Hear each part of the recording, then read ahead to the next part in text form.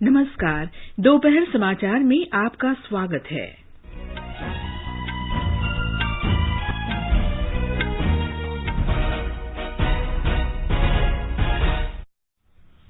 प्रधानमंत्री नरेंद्र मोदी आज शाम वैश्विक निवेशक गोलमेज सम्मेलन की वीडियो कॉन्फ्रेंस के माध्यम से अध्यक्षता करेंगे। भारत की अर्थव्यवस्था और निवेश के दृष्टिकोण पर ध्यान केंद्रित किया जाएगा।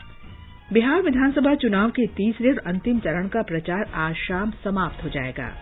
प्रमुख राजनीतिक दलों के वरिष्ठ नेता और स्टार प्रचारक मतदाताओं को लुभाने के प्रयास में लगे हैं। देश में कोरोना से स्वस्थ होने की दर 92.20% हुई।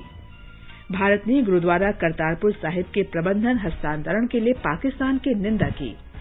अमेरिका में राष्ट्रपति चुनाव के लिए वोटों की गिनती जारी और आईपीएल क्रिकेट के पहले क्वालिफायर मैच में आज शाम दुबई में मुंबई इंडियंस का सामना दिल्ली कैपिटल्स से।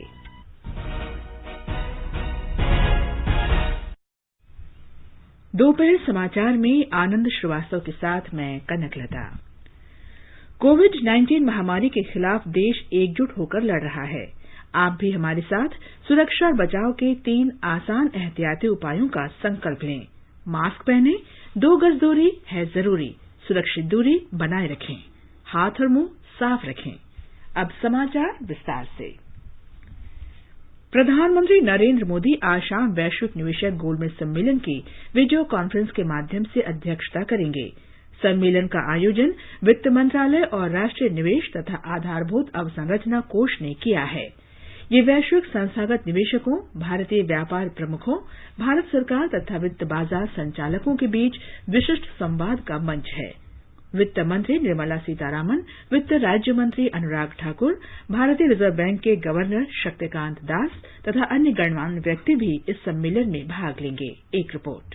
इस राउंड टेबल में दुनिया की 20 सबसे बड़ी पेंशन और सॉवरिन वेल्थ फंड से जुड़ी कंपनियां हिस्सा लेंगी। ये वैश्विक संस्थागत निवेशक America, Europe, Canada, Korea, Japan, मध्य पूर्व, ऑस्ट्रेलिया और सिंगापुर सहित दुनिया के प्रमुख क्षेत्रों का प्रतिनिधित्व करते हैं। इस राउंड टेबल में भारत के आर्थिक और निवेश के दृष्टिकोण, संरचनात्मक सुधारों और $5 ट्रिलियन वाली अर्थव्यवस्था के निर्माण की राह के बारे में सरकार के दृष्टिकोण पर चर्चा होगी। यह आयोजन भारत में अंतर्राष्ट्रीय निवेश के विकास में और तेजी लाने के लिए वैश्विक निवेशकों और भारतीय व्यापार जगत के प्रमुखों को वरिष्ठ नीति निर्माताओं के साथ जुड़ने और विचार विमर्श करने का अवसर प्रदान करेगा। Virtual global investor round table सभी हितधारकों को अपनी आपसी साझेदारी को और अधिक मजबूत बनाने तथा उन अंतर्राष्ट्रीय संस्थागत निवेशकों के साथ जुड़ाव को बढ़ावा देने का एक अवसर भी प्रदान करेगा।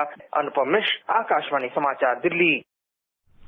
आकाशवाणी से विशेष बातचीत में अर्थशास्त्री नवीन गुप्ता ने बताया, यहाँ पे जो एजेंडा डिस्कस होगा वो भारत का economic investment outlook, structural reforms जो हमने किए हैं और जो हमारी विजन है भारत सरकार की to make India USD 5 trillion economy. और ये बड़ा इम्पोर्टेंट हो जाता है इस परिप्रेक्ष्य में कि जब ये लोग जो सॉवरन वेल्थ फंड और पेंशन फंड जो टॉप 20 इंस्टीट्यूशनल इन्वेस्टर्स जो इसको अटेंड करेंगे उनके अंदर ही एसेट अंडर मैनेजमेंट है $6 ट्रिलियन से ज्यादा है। तो ये इन्वेस्टर राउंड टेबल है, बहुत ही अप्रोप्रिएट टाइम पे हो रही है।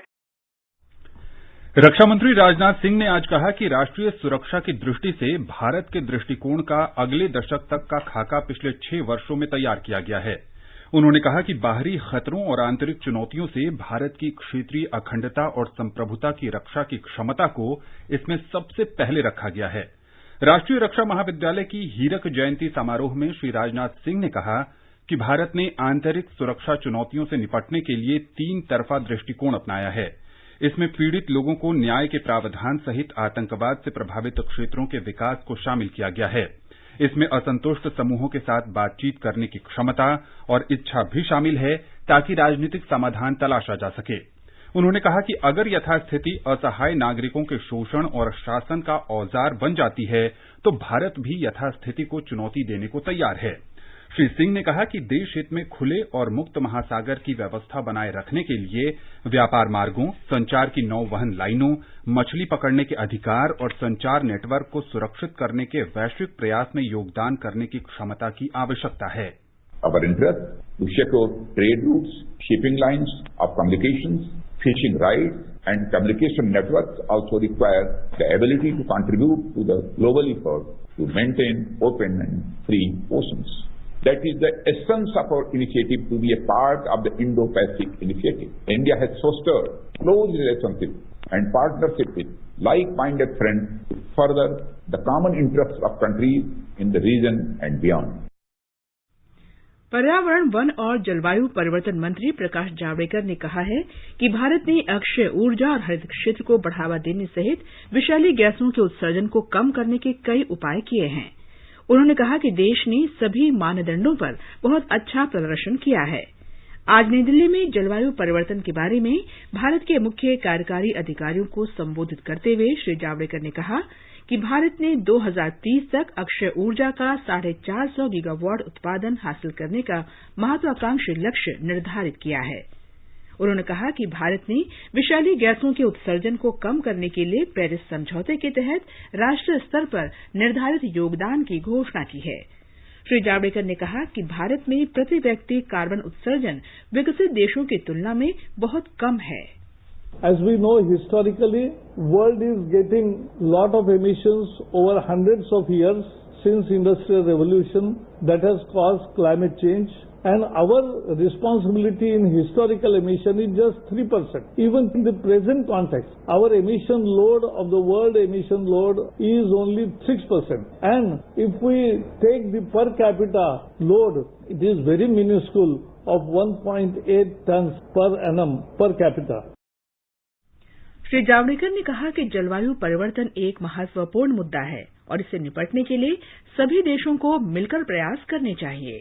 India is walking the talk. India is 2 degrees compliant in action and in contributions. And therefore, we are asking world leaders and other countries that they also should walk the talk and they also should be compliant with the Paris Agreement, and that is what is needed today. Shri Javadekar ने विकसित देशों से आग्रह किया कि वे समस्या से प्रभावी रूप से निपटने के लिए जलवायु के अनुकूल प्रौद्योगिकी किफायती दर पर उपलब्ध कराएं। इस अवसर पर उन्होंने जलवायु परिवर्तन पर निजी क्षेत्र की उद्घोषणा जारी की। श्री जावड़ेकर ने कोविड-19 से निपटने के भारत के प्रयासों की सराहना करते हुए कहा कि उसने पूरी दुनिया को इस महामारी से निपटने की राह दिखाई है। उन्होंने ये भी कहा कि भारत में आर्थिक गतिविधियां फिर से सामान्य हो रही हैं और विभिन्न आर्थिक मानदंडों में प्रतिदिन सुधार हो रहा है। ये समाचार आकाशवाणी से प्रसारित किए जा रहे हैं। ताजा समाचार जानने के लिए आप हमारे Twitter handle @AIR News Hindi को फॉलो कर सकते हैं। चलो मिलकर एक शुरुआत करें, चलो एक फैसला आज करें, मास्क नहीं तो टोकेंगे, कोरोना को रोकेंगे, चलो एक इरादा करते हैं, चलो कुछ वादा करते हैं, मास्क नहीं तो टोकेंगे, कोरोना को रोकेंगे। ये आकाशवाणी है। देश में 77 लाख से अधिक लोग कोरोना से ठीक हो चुके हैं। कोरोना से स्वस्थ होने की दर 92.20% हो गई है। ठीक होने वालों की संख्या कुल सक्रिय मामलों की संख्या का लगभग 15 गुना है। पिछले 24 घंटे के दौरान 55,000 से अधिक लोग कोरोना से ठीक हुए, जबकि लगभग 50,000 नए मामले सामने आए हैं। सक्रिय मामलों की संख्या कुल मामलों के 6.5% से भी कम हो गई है। देश में कोरोना के इस समय करीब 5,28,000 मरीज हैं। पिछले 24 घंटे के दौरान कोविड संक्रमण से 704 रोगियों की मौत हुई है। देश ने कोविड-19 के नमूनों की जांच में और वृद्धि दर्ज की है। पिछले 24 घंटों में लगभग 12,10,000 नमूनों की जांच की गई। इसके साथ ही जांच किए गए कुल नमूनों की संख्या 11 करोड़ 42 लाख से अधिक हो गई है। केंद्र सरकार और भारतीय आयुर्विज्ञान अनुसंधान परिषद ने जांच के बुनियादी ढांचे का विस्तार किया है। स्वास्थ्य मंत्रालय ने कहा है कि नमूनों की बहुत बड़े पैमाने पर जांच से संक्रमण का जल्द पता लगने, शीघ्र आइसोलेशन करने और प्रभावी उपचार होने से मृत्यु दर में काफी कमी आई है। देश में इस साल जनवरी में पुणे के नेशनल इंस्टीट्यूट ऑफ वायरोलॉजी में सिर्फ एक प्रयोगशाला थी। इस समय 2051 जांच प्रयोगशालाएं हैं। इनमें से 1,134 सरकारी और 917 निजी प्रयोगशालाएं हैं। असम में कोविड-19 से स्वस्थ होने की दर 95.64% हो गई है। 115 दिन के दौरान इस संक्रमण से किसी की मृत्यु नहीं हुई है। स्वास्थ्य मंत्री हिमंता बिस्वा शर्मा ने कहा है कि पिछले 24 घंटों के दौरान राज्य में 380 नए मामले सामने आए हैं। राज्य में 8,110 सक्रिय मामले हैं। त्रिपुरा में पिछले 24 घंटों में कोविड-19 के 116 नए मरीजों की पुष्टि हुई है। 115 मरीजों को ठीक होने के बाद छुट्टी दे दी गई। कोविड से स्वस्थ होने की दर लगभग 95% हो गई है। अब तक कुल 31,105 लोग इस वायरस से संक्रमित हुए हैं। इनमें से 29,522 मरीज स्वस्थ हो चुके हैं। 1,207 मरीजों का इलाज चल रहा है। तेलंगाना में पिछले 24 घंटों के दौरान कोविड-19 के 1,539 नए मामले सामने आए हैं। इसके साथ ही राज्य में संक्रमण के कुल 2,45,682 मामले हो गए हैं। राज्य में कल तक 44,000 से अधिक नमूनों की जांच की जा चुकी है। इस दौरान प्रदेश में 978 लोगों के ठीक होने के साथ ही स्वस्थ होने की दर 91.85% हो गई है। इससे राज्य में अब तक उपचार के बाद स्वस्थ होने वालों की संख्या 2,25,664 हो गई है। तमिलनाडु में कोविड संक्रमण के नए रोगियों की संख्या में कमी आई है।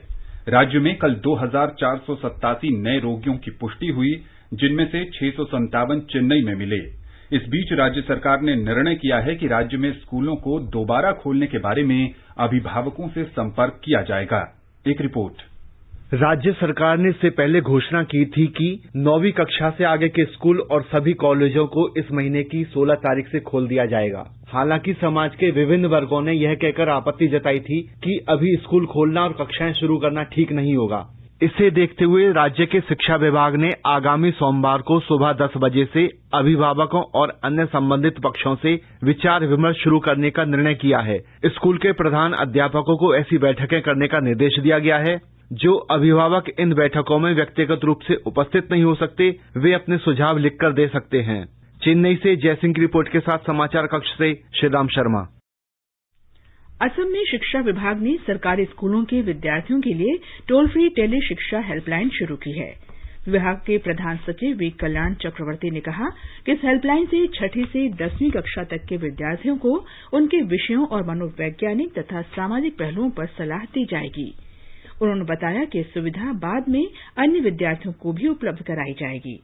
टोल फ्री नंबर इस प्रकार है 1800-34535788।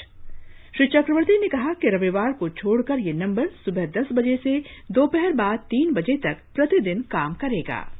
इस टोल फ्री नंबर पे फोन करके डाउट्स माने जो भी सब्जेक्ट हो, मंडे में English, Tuesday social science, Wednesday science, Thursday science, Friday हम गाइडलाइंस भी देंगे ऑन सोशल साइकोलॉजिकल सपोर्ट और लैंग्वेज पर भी हम देंगे। इसको हम एक्सपैंड करेंगे। आज भी बहुत सारे छात्र फोन किए थे उनके डाउट्स क्लियर करने के लिए। ये टोल फ्री नंबर असम सरकार ने आज खोल दिया है।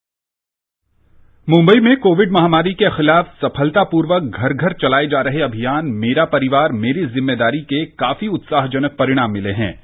बृहन्मुंबई महानगर निगम ने सितंबर माह में इस अभियान की शुरुआत की थी। निगम के अनुसार संक्रमण के सक्रिय मामलों में 29% से अधिक की कमी आई है। इसके अलावा सील की गई इमारतों की संख्या में भी 30% की कमी आई है, जबकि कंटेनमेंट जोन 13% कम हुए हैं। एक रिपोर्ट।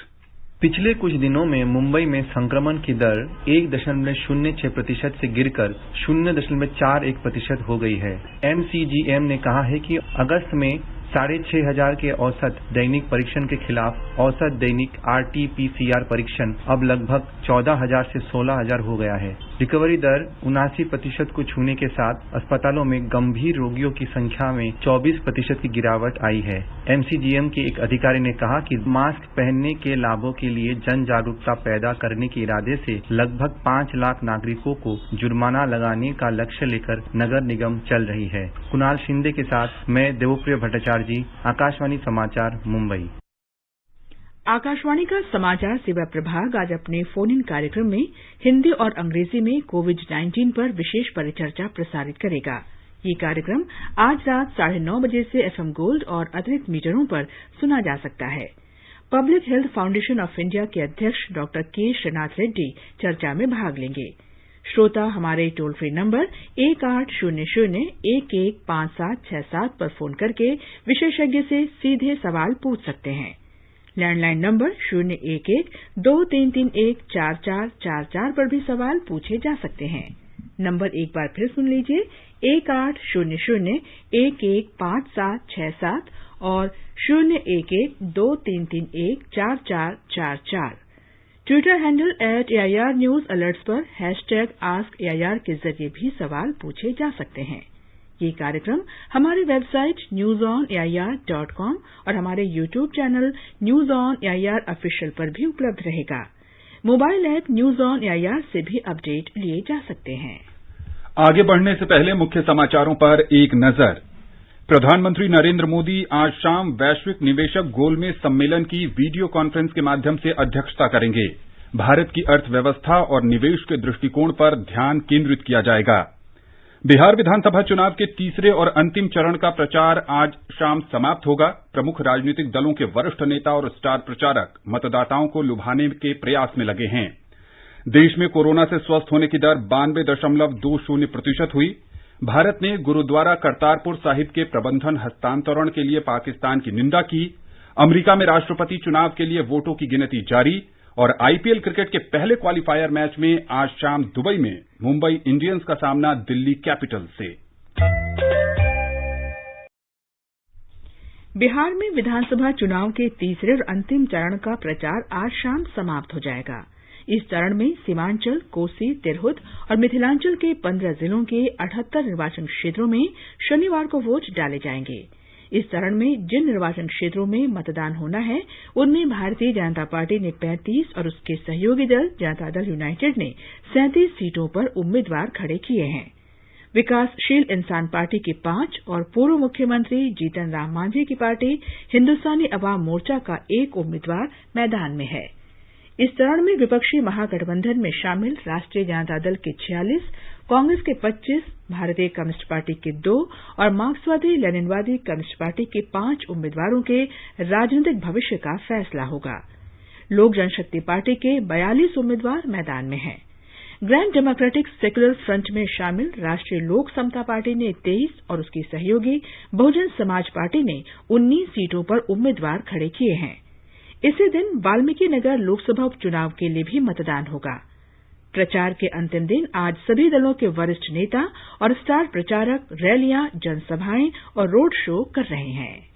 भाजपा अध्यक्ष जेपी नड्डा आज दरभंगा जिले के हायाघाट और जाले में जनसभाओं को संबोधित करेंगे। वहीं भाजपा के वरिष्ठ नेता और रक्षा मंत्री राजनाथ सिंह मधुबनी जिले के बेनीपट्टी और कटिहार जिले के बलरामपुर में एनडीए प्रत्याशियों के समर्थन में रैलियां करेंगे। जनता दल यूनाइटेड अध्यक्ष और मुख्यमंत्री नीतीश कुमार ने कटिहार के हाफला गांव में कहा कि राष्ट्रीय जनता दल को सरकार बनाने का मौका देने का मतलब है अपराध, बदहाली और अराजकता को न्योता देना। दूसरी तरफ राष्ट्रीय जनता दल के नेता तेजस्वी प्रसाद यादव ने सहरसा में एक रैली को संबोधित करते हुए कहा कि सत्ता पक्ष के लोग 15 साल के पुराने दौर के नाम पर लोगों को डरा रहे हैं, जबकि वर्तमान में बेरोजगारी, महंगाई और आर्थिक बदहाली जैसी बड़ी समस्याओं के बारे में भाजपा और जनता दल यूनाइटेड के नेता चुप्पी साधे हुए हैं। राष्ट्रीय लोक समता पार्टी के प्रमुख उपेंद्र कुशवाहा ने दावा किया कि इस बार के चुनाव में जनता मुख्यमंत्री नीतीश कुमार को हार का स्वाद चखाएगी।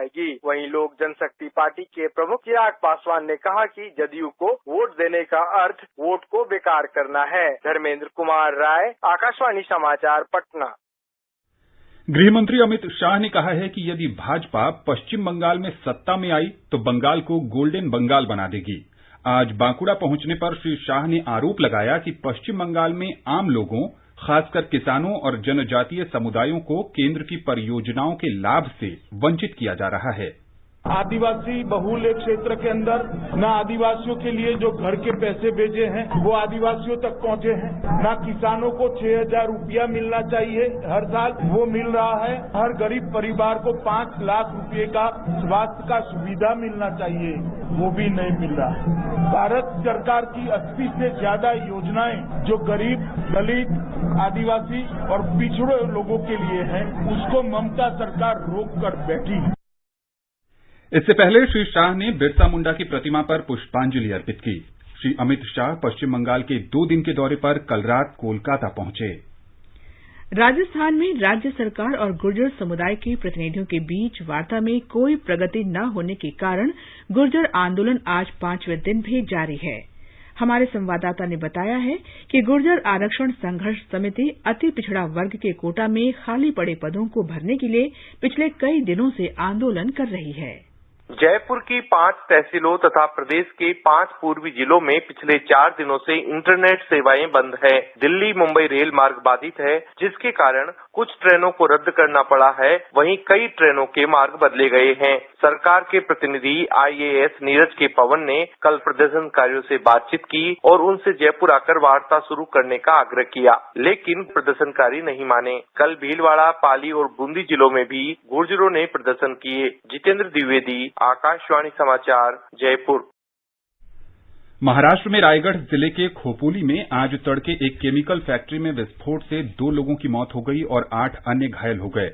विस्फोट से पास की एक फैक्ट्री की छत ढह गई। विस्फोट से लगी आग से 6 अन्य फैक्ट्रियों को भी नुकसान पहुंचा है। अग्निशमन कर्मियों को आग बुझाने में 4 घंटे का समय लगा। घायलों को खोपोली के अस्पताल में भर्ती कराया गया है। ये समाचार हमारी वेबसाइट newsonair.com/hindi और हमारे mobile app news on AIR पर भी उपलब्ध हैं।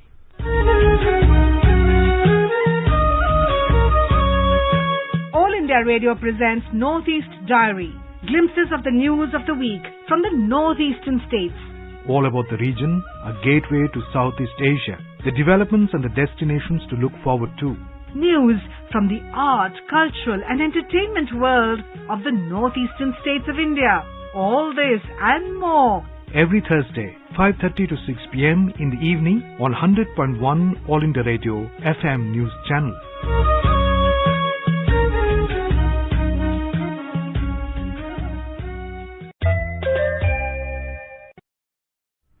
दोपहर समाचार में आपका फिर स्वागत है। भारत ने गुरुद्वारा करतारपुर साहिब के प्रबंधन और रखरखाव की जिम्मेदारी सिख समुदाय द्वारा संचालित संस्था से लेकर गैर सिख समुदाय के निकाय को सौंपने के पाकिस्तान सरकार के फैसले की आलोचना की है। विदेश मंत्रालय के बयान में कहा गया है कि ऐसी खबरें हैं कि पाकिस्तान में गुरुद्वारा करतारपुर साहिब के प्रबंधन और रखरखाव का प्रशासनिक नियंत्रण वहां की सिख गुरुद्वारा प्रबंधक कमेटी से वापस लेकर गैर सिख निकाय इवाकुई ट्रस्ट प्रॉपर्टी बोर्ड को सौंपा जा रहा है। मंत्रालय ने कहा है कि पाकिस्तान का ये एकतरफा फैसला करतारपुर साहिब कॉरिडोर और सिख समुदाय की धार्मिक भावनाओं के प्रतिकूल है। सिख समुदाय ने पाकिस्तान के इस फैसले पर चिंता व्यक्त करते हुए विदेश मंत्रालय को लिखा है। उसका मानना है कि पाकिस्तान के इस कदम से अल्पसंख्यक सिख समुदाय के अधिकारों का हनन होता है। भारत ने कहा है कि इस प्रकार की कार्रवाई पाकिस्तान सरकार की असलियत को दर्शाती है और धार्मिक अल्पसंख्यक समुदायों के कल्याण और उनके अधिकारों की रक्षा के उसके दावों की पोल खोलती है। भारत ने पाकिस्तान से अपने इस फैसले को वापस लेने का अनुरोध किया है। सेना प्रमुख जनरल MM नरवणे ने आज नेपाल के सेना प्रमुख जनरल पूर्णा चंद्र थापा से वहां के सेना मुख्यालय में मुलाकात की। जनरल नरवणे 3 दिन की सरकारी यात्रा पर कल काठमांडू पहुंचे।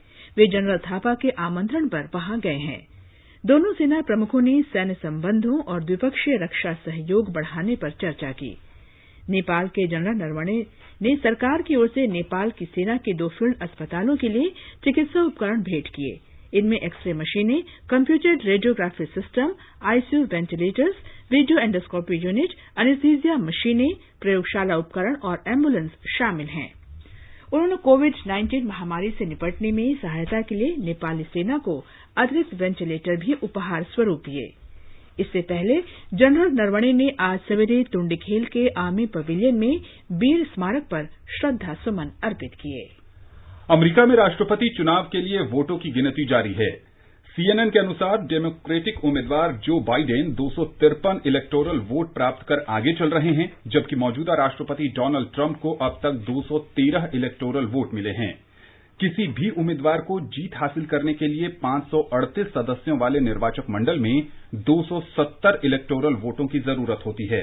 Pennsylvania, Arizona, north Carolina, Georgia के नतीजे जीतने वाले उम्मीदवार के भाग्य का फैसला करेंगे। 3 राफेल जेट विमान फ्रांस से उड़ान भरने के बाद कल शाम सीधे गुजरात के जामनगर वायुसेना केंद्र पहुंचे। फ्रांस में स्ट्रेस हवाई अड्डे से उड़ान भरने के बाद इन विमानों ने लगातार 8 घंटे अपना सफर जारी रखते हुए 3,700 समुद्री मील की दूरी तय की। जामनगर वायुसेना केंद्र पर एक दिन रुकने के बाद जेट विमानों के अंबाला पहुंचने की उम्मीद है। भारतीय वायुसेना को हर 2 महीने में 3 से 4 राफेल जेट मिलने की उम्मीद है। रक्षा मंत्री राजनाथ सिंह ने अत्यंत जटिल मिशन व्यावसायिक और सुरक्षित तरीके से पूरा करने के लिए भारतीय वायुसेना को बधाई दी है। केंद्र शासित प्रदेश जम्मू कश्मीर में प्रशासन अब अवैध और अनधिकृत रूप से आयात किए जाने वाले पटाखों की बिक्री पर कड़ी कार्रवाई कर रहा है। विदेश व्यापार महानिदेशालय ने ऐसे पटाखों के आयात के लिए किसी तरह का लाइसेंस जारी नहीं किया है। हमारे संवाददाता के अनुसार मुख्य सचिव BVR सुब्रमण्यम ने जिला प्रशासन और पुलिस विभागों से कहा है कि वे अनुचित तरीकों से राज्य में विदेश में बनी आतिशबाजी लाने से जुड़े मामलों पर कड़ी नजर रखें और इन पर रोकथाम और नियंत्रण के लिए एहतियाती कदम उठाएं।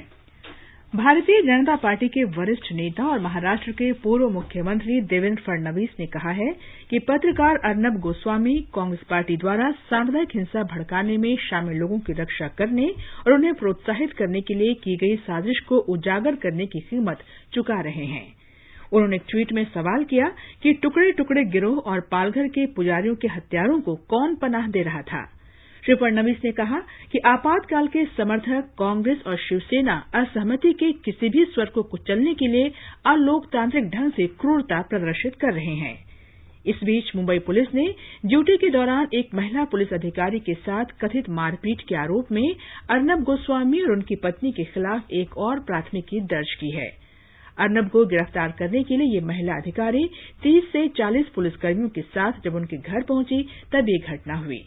रायगढ़ पुलिस ने फिर से खोले गए 2018 के अन्वय नायक आत्महत्या मामले में कल अर्नब को गिरफ्तार किया था। आईपीएल क्रिकेट में पहले क्वालिफायर मैच में आज दुबई में मुंबई इंडियंस का सामना दिल्ली कैपिटल से होगा। ये मैच शाम 7:30 बजे शुरू होगा। आज के मैच के विजेता को फाइनल में प्रवेश मिलेगा, जबकि हारने वाले को दूसरे एलिमिनेटर मैच में फिर से खेलने का मौका मिलेगा। कल आबुधाबी में होने वाले पहले एलिमिनेटर में रॉयल चैलेंजर्स बैंगलोर का सामना सनराइजर्स हैदराबाद से होगा। महिला 2020 चैलेंज के तीसरे सत्र के पहले मैच में कल वेलोसिटी ने सुपरनोवाज को 5 विकेट से हरा दिया। शारजाह में वेलोसिटी ने 127 रन का लक्ष्य 1 गेंद शेष रहते हासिल कर लिया। और अब एक नजर आज के मौसम पर। राष्ट्रीय राजधानी दिल्ली में कोहरा छाया रहेगा। तापमान 13 और 30 डिग्री सेल्सियस के बीच रहने की संभावना है। मुंबई में आमतौर पर आसमान साफ रहेगा। न्यूनतम तापमान 22 डिग्री सेल्सियस दर्ज हुआ है। चेन्नई में आमतौर पर बादल छाए रहेंगे। तापमान 25 और 32 डिग्री सेल्सियस के बीच रहेगा। कोलकाता में भी आसमान साफ रहेगा। तापमान 21 डिग्री और 30 डिग्री सेल्सियस के बीच रहेगा। जम्मू में आसमान साफ रहेगा। न्यूनतम तापमान 13 डिग्री सेल्सियस दर्ज हुआ, जबकि अधिकतम 29 डिग्री सेल्सियस तक जा सकता है। श्रीनगर में भी आसमान साफ रहने के आसार हैं। न्यूनतम तापमान 1 डिग्री सेल्सियस दर्ज हुआ और अधिकतम 20 डिग्री सेल्सियस के आसपास रहेगा। लेह में शाम को आंशिक रूप से बादल छाए रहेंगे। न्यूनतम तापमान 0 से 5 डिग्री नीचे दर्ज किया गया। अधिकतम तापमान 11 डिग्री सेल्सियस रहने की उम्मीद है। गिलगित में भी आसमान साफ रहेगा। तापमान 1 और 25 डिग्री सेल्सियस के बीच रहेगा। मुजफ्फराबाद में तापमान 8 डिग्री सेल्सियस रिकॉर्ड किया गया और अधिकतम 28 डिग्री सेल्सियस रहेगा। समाचार कक्ष से दीपिका शर्मा। दिल्ली राष्ट्रीय राजधानी क्षेत्र में आज सुबह वायु गुणवत्ता का स्तर और खराब होकर गंभीर श्रेणी में पहुंच गया। वायु गुणवत्ता मौसम पूर्वानुमान और अनुसंधान प्रणाली सफर के अनुसार वातावरण में प्रदूषण कण PM10 का स्तर बहुत खराब श्रेणी में 535 माइक्रोग्राम प्रति घन मीटर पर रिकॉर्ड हुआ, जबकि PM2.5 प्रदूषण कणों का स्तर 358 माइक्रोग्राम प्रति घन मीटर पर दर्ज किया गया। अंत में मुख्य समाचार एक बार फिर। प्रधानमंत्री नरेंद्र मोदी आज शाम वैश्विक निवेशक गोलमेज सम्मेलन की वीडियो कॉन्फ्रेंस के माध्यम से अध्यक्षता करेंगे। भारत की अर्थव्यवस्था और निवेश के दृष्टिकोण पर ध्यान केंद्रित किया जाएगा। बिहार विधानसभा चुनाव के तीसरे और अंतिम चरण का प्रचार आज शाम समाप्त होगा। प्रमुख राजनीतिक दलों के वरिष्ठ नेता और स्टार प्रचारक मतदाताओं को लुभाने के प्रयास में लगे हैं। देश में कोरोना से स्वस्थ होने की दर 92.20% हुई। भारत ने गुरुद्वारा करतारपुर साहिब के प्रबंधन हस्तांतरण के लिए पाकिस्तान की निंदा की। अमेरिका में राष्ट्रपति चुनाव के लिए वोटों की गिनती जारी और आईपीएल क्रिकेट के पहले क्वालिफायर मैच में आज शाम दुबई में मुंबई इंडियंस का सामना दिल्ली कैपिटल से। इसके साथ ही दोपहर समाचार का ये अंक समाप्त हुआ। नमस्कार।